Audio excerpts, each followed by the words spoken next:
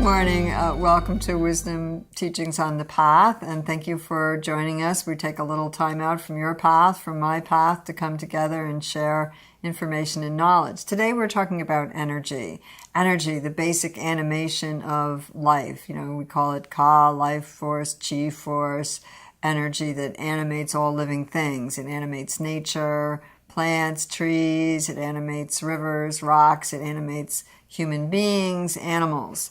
And so how we are with our energy, the more conscious and aware we are about our energy, the more clear we can be about what energy we're putting out into the world, how we're affecting others. Your energy affects me, my energy affects you. When you go into a peaceful forest, the energy of the forest affects your energy. It shifts it, it changes it.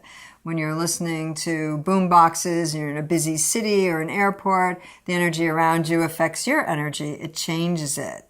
So we're looking today about energy exchanges, how we can be more aware of our energy, how we can shift our energy, and how we can pay attention to what kind of energy we're bringing to every meeting, exchange, every day, every moment of life.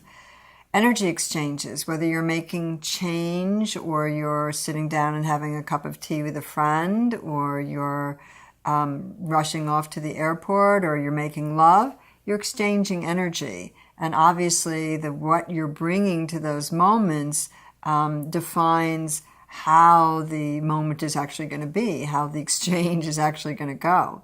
So being a little bit more aware or conscious of your energy and how you can work with your energy to keep it more peaceful, calm, loving, more whole is important. It's very important.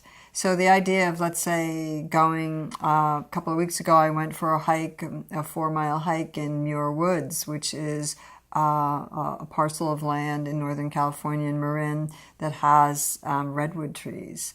And the energy of walking by a babbling brook through the redwood trees, extremely healing, extremely joyful, extremely empowering to my energy field.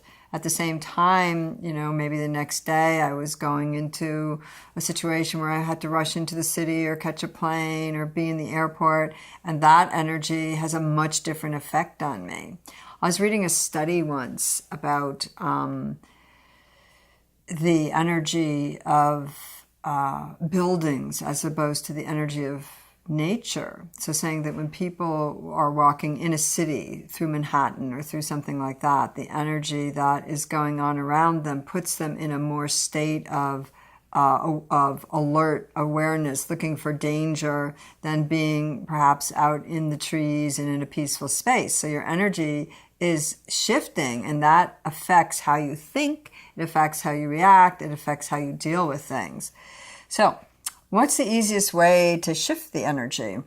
I think the easiest way to shift the energy, certainly awareness is going to be part of the deal, part of the tool chest that you have to keep your energy in a place that's fluid and flowing and peaceful, so that the mindfulness that brings you to the awareness of how you are and what you're thinking, those things can certainly help, which is why in our teachings we're always using basics. The basics that we're always using are breath, mindfulness. I think those two things are probably key to every other practice that you have, key to having a good foundation in that practice and being aware of how to keep yourself centered, to keep yourself whole. So these tools are very, very important. So quickly back to energy and energy exchange.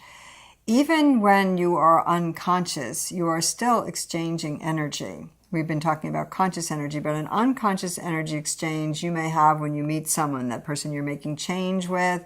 You may have some kind of soul agreement that passes through, or some kind of energy that reads to that person's energy. I'm a victim, you can steal money from me. Here's a victim I can steal money from. Unconscious exchanges go on, which is why, of course, it is much more powerful for you to be conscious about how your energy is and how you're working with it in the world.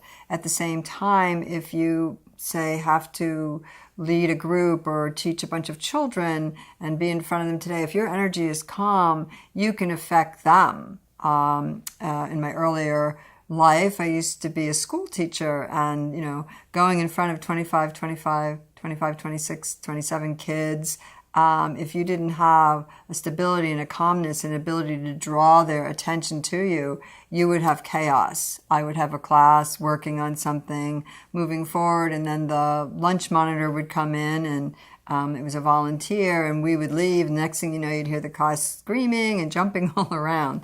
So your energy affects other people, and it affects the environment, and the environment affects us. So, looking at all these things, it gives us a lot of reasons to be aware of why we need to be more conscious of our environment, of taking care of our environment, of our own energy, of taking care of our energy.